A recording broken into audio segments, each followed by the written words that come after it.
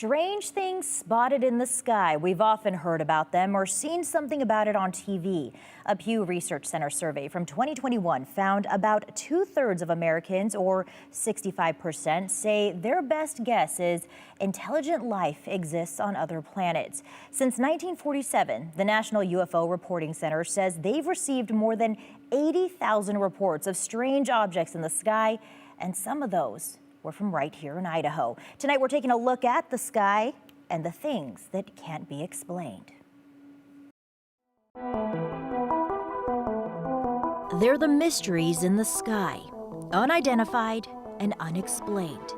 And for years, videos and books fueled questions and speculation about what's beyond our planet. While many associate UFOs with aliens from other planets or galaxies, the term UFO simply stands for an unidentified flying object. It's not a Yeti walking around in the mountains. It's not a ghost or an apparition floating through your house. It's something that you saw in the sky, but you have no idea what it is. Jim Millard is the Idaho State Director for MUFON, the Mutual UFO Network. It's a nonprofit organization that claims to be the world's oldest and largest civilian UFO investigation and research organization. Jim's interest in UFOs started at the age of 5. I saw something fly over San Diego. It was round, and it was moving very slowly, and it didn't make any noise. Years later, he saw something else in the sky. Something silver popped out from behind a cloud way out over El Cajon in San Diego, and then popped back in as soon as I saw it. Just this month, online sports betting site bookies.com analyzed Google Trends data from February 4th and ranked the states most obsessed with aliens and UFOs, and found Idaho ranked in the top 10 states at number 9. That data stems from earlier this month, when the suspected spy balloon from China entered the U.S. airspace. A U.S. Air Force fighter shot it down days later. Boom! 3 other flying objects were also shot down after they were spotted flying over North America. While this incident sparked a renewed fascination at objects flying overhead, the fascination with UFOs started decades ago with Idahoan Kenneth Arnold. In 1947, Kenneth was flying back from Seattle, and he saw 9 objects flying over Mount Rainier in Washington that he really couldn't identify. He described them as moving as though they were saucers being skipped across a pond. The press picked up on the word saucer and called them flying saucers. Jim says Kenneth couldn't identify what he was seeing, but he was familiar with the terrain and timed the movement. He found the objects were moving at 1,700 miles per hour. Mind you, a jet airliner moves at about 650 miles per hour. Then, just 2 weeks later, a guy named Mac Braswell found fallen objects on his ranch in Roswell, New Mexico. This is what started the modern UFO interest. UFO researcher and author Ella LeBain is all too familiar with these stories. In 1995, Ella lived on Indian Rocks Beach, Florida, which is off the Gulf of Mexico. One day after the sun set, she found herself about 100 yards from what she describes as a metallic, disc-shaped ship that emerged from the water. And it hovered about 10 feet over the ocean for not even a minute. And I saw all the water and the sea foam just kind of swishing off of it. And it just shot up into the sky like in a New York second. And then I saw what looked like it had created some kind of portal in space, and it just disappeared.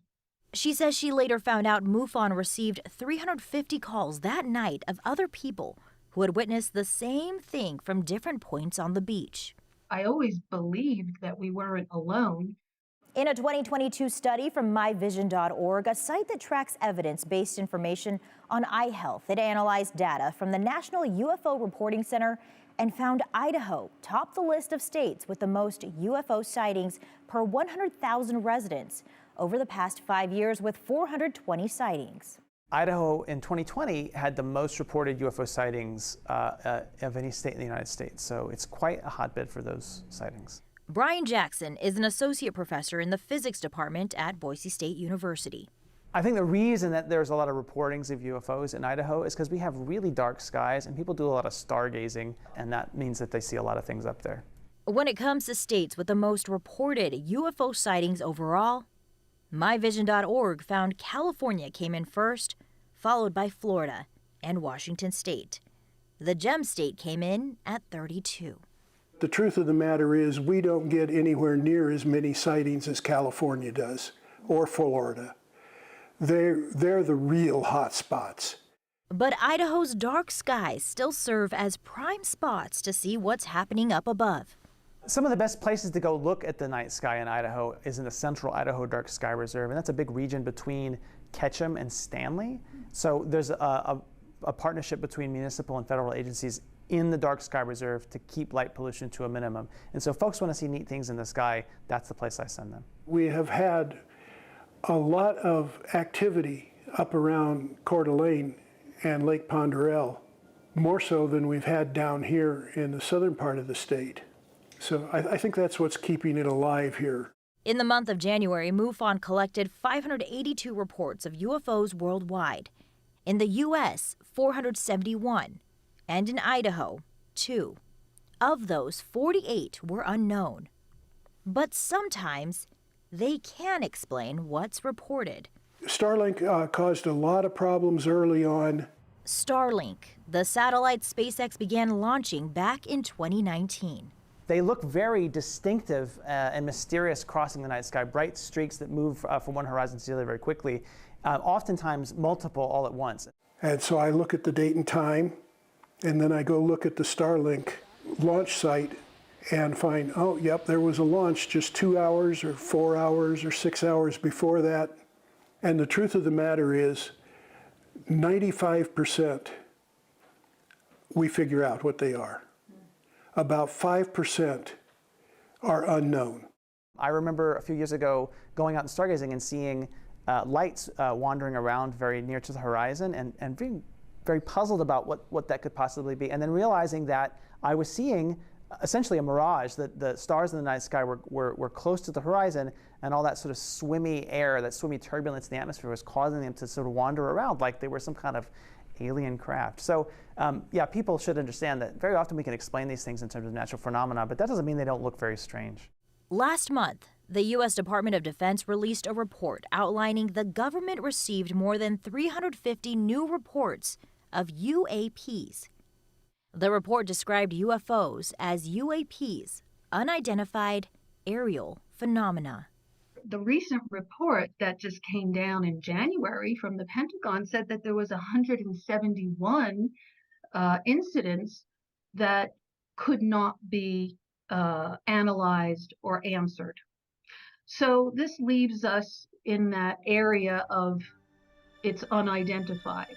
My own personal opinion is the universe is too vast to not have other intelligent beings living in it.